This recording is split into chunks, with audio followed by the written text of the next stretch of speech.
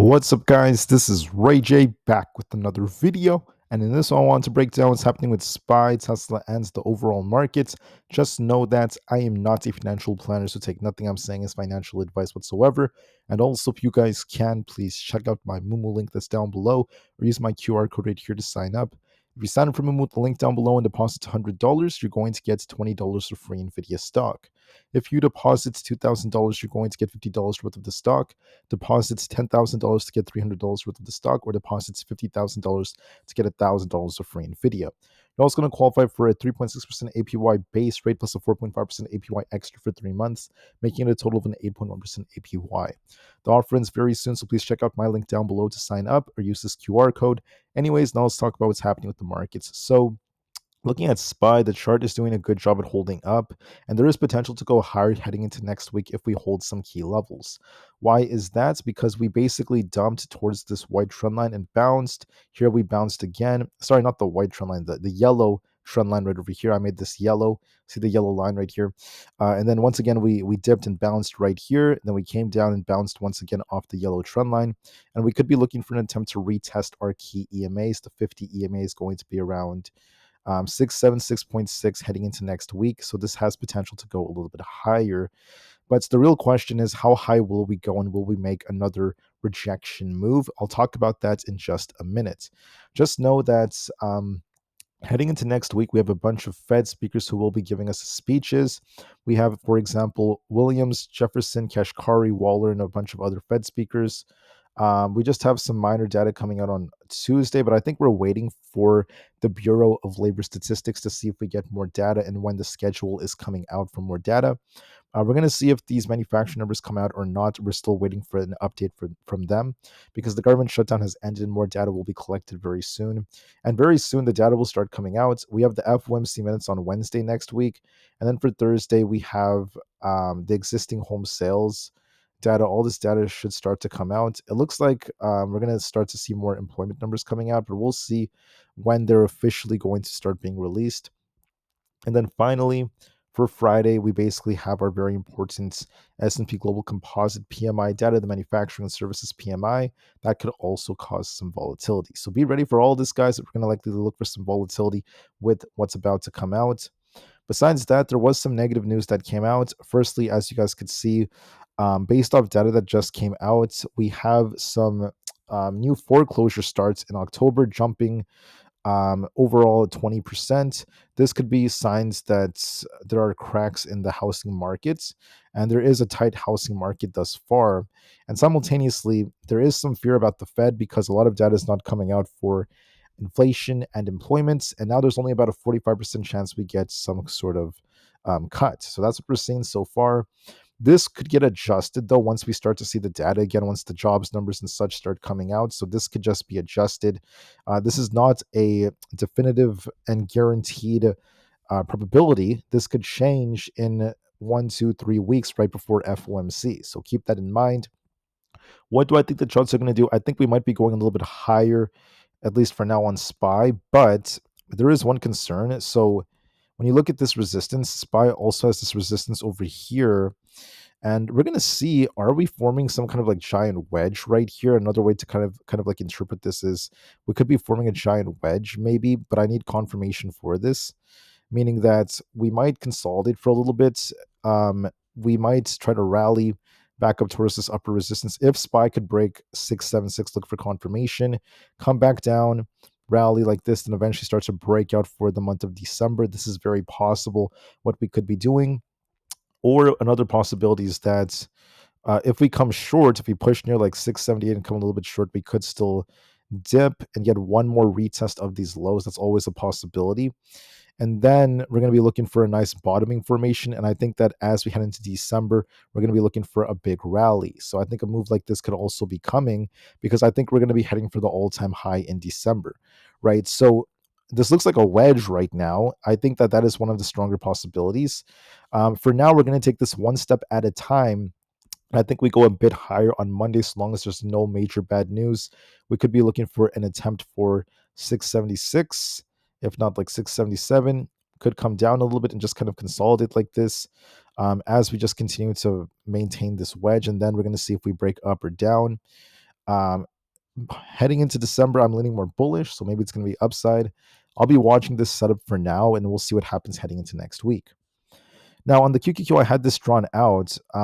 We could adjust our lines just a little bit. Sometimes lines do break, but overall, we're going to be watching this resistance just like this. So we could also be forming some sort of wedge-like pattern on the triple Q, and there's two possibilities. My main thesis is that we're going to be very bullish heading into December. Whether we start off with this pump, I think we go a little higher for like 615 to 617, and we kind of like consolidate, and then we start to run heading into December like this. That's one possibility. The second possibility is we kind of like pump and dump, and we get one more test of these lows, or if not, we make like new lows one more time on the QQQ. But even if we get some kind of dump, I still think there will be a very, very nice rally, and we're going to be looking for these all-time highs by December to form another accumulation. So my line right here is just based off the all-time high. We're going to eventually test the all-time high in December, but we're going to be watching to see if we're forming a wedge on the QQQ like SPY or not. For now, we're going to likely go a bit higher, so expect another 5 to 7 points on the QQQ, and we'll see if we reject. So take it one step at a time. Simultaneously, on the IWM, we have this resistance just like this. This yellow trend line is going to be acting as our resistance, and we're basing at support right here. So I think we could be trying to retest resistance. I anticipate that the IWM is going to be retesting 240 or so, and we're going to see if we reject or not. But as time goes on, we could attempt to kind of like break out from here. We also could be forming a bull flag. So overall, the flag could be forming like this, and that could once again continue to help us. We're going to see if we get a breakout or not. On ES, we're looking decent. I just want to see if we could reclaim our EMAs. So heading into next week, I think there's going to be an attempt to test 68.01 and then 68.19. If we break those levels, expect a bigger push higher. But if we reject and make new lows around 67.40, we could be turning back down. Look for some temporary upset for the 6800s, and we're gonna see if we reject or not on ES. I still think it could go either way. This still looks kind of indecisive, but there is some potential to go a little bit higher. On NQ, same thing. We have a double bottom like structure, but there's nothing confirmed yet. It does look like it's going to go a little higher to retest these EMAs around 25,300 and 25,400. This is where the EMAs happen to be. If we break this, we could go higher. If not, we could reject here. And we're going to see if we turn back down or not, or if we could just break through this resistance and see a double bottom bounce. But I need to see us break these EMAs. I need to see us get back above 25,500, very close to that range. If we do, we could be looking for a bigger bounce. It could be a double bottom on NQ, but I need to see what happens next week just for confirmation. But there is potential. Bitcoin is still dipping. It's not doing the best of jobs at bouncing. It tried to bounce, but instead of holding up with the market, starting to reject. Could that be a sign that the market kind of like pumps and dumps and we get one more move down before we try to bounce? We'll see about that. For now, Bitcoin could be dipping towards like 92,000. Does not look ready to bounce yet. Tesla looks kind of weak here. We have a double top rejection. However, there is a nice buying opportunity at 380. And I think that the bottom for Tesla is very, very close, okay? Because this level is going to be very key. We basically have this 368 to 370 zone, which is very good for buying. In case we get a rejection, that is what we could be watching for. I do think Tesla's going to try to go higher, though. We might try to get back up to like 420. I think there's going to be an attempt next week. And then we're going to see if we eventually form a bottom.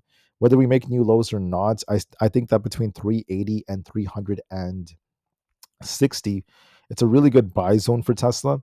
And then I think that whether we form a bottom here or not, it's going to be coming. And we're going to be looking for a big recovery move heading into December because historically, Tesla does love to bounce towards the end of the year. Nvidia has a double bottom. This tends to be bullish, but we need confirmation. I think 192 is going to be tested. We're going to see if we break this. If we do, we could be looking for a double bottom breakout. And we could be going for the gap fill over here, but we need to hold above 192. If we reject near there, we could be going back down to 186. So I think we might be breaking through that. So give this the time it needs. On Appl, the 4 hour is looking bullish. We're making higher highs and higher lows. Now, if we lose 270, we're looking for a big dump right here. If that fails us, we could be dumping back down towards 265. But if this holds, we could continue to rebound back up towards that 275 area. So give this the time it needs. On Netflix, we have a nice double bottom right over here that formed. And we're going to see if we could get back above 1125. If we do, we're looking for 1150. We have support down here around 1080, but I think there's potential to bounce towards 1125, and we'll see what happens after that. For Palantir, we have a bullish divergence forming. We could be looking for an attempt for 179 to 183, and we'll see if we break. There is potential to bounce. AMD has an inverse head and shoulders. I want to see if we could break past 252. If we do, we're looking for an attempt for the 260s. But if we lose 239, we could be turning right back down. I think that AMD is forming a consolidation, so we're going to be forming sort of like a wedge like this. And I think that we're going to get a little bit tight on AMD heading into next week, and we're going to see which way it breaks. It's still kind of indecisive right now, so give it a little bit of time. On Coinbase, we're technically on a downtrend. I think that's it's sort of like following Bitcoin. It could still retest like the 260s again, but we're going to be looking for a pivot very soon. We need to reclaim 296 to bounce. As of right now, it does not look that ready. Then we're going to see if we kind of like turn from here or not. On Amazon, we have a slight bullish divergence. We're going to see if we turn back up towards 240 or not. We have support down here at 231, so we're going to see how it ends up reacting. We'll look for an attempt for essentially 240, and we'll see what happens. I think that Amazon tries to bounce for 240, and we will see if it rejects. Could still try to retest the high of the day. Meta looks like it's going to be testing 616. I think there's a good chance it goes a little bit higher. It's trying to form a very beautiful base at 600.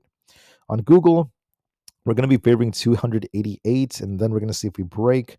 Microsoft could be retesting 507, and we have resistance at 512. I think we consolidate in this range before potentially going higher as we're trying to make higher lows. So we could be looking for an attempt for basically 515. Oracle has a bullish divergence. We could be looking for 228 if that breaks. We're looking for the 230s. For the VIX, we're rejecting right here, but here's the thing, okay? Even though the VIX is rejecting, I do think it goes a little bit lower, which is why the market's going to see some upside next week. But here's the thing.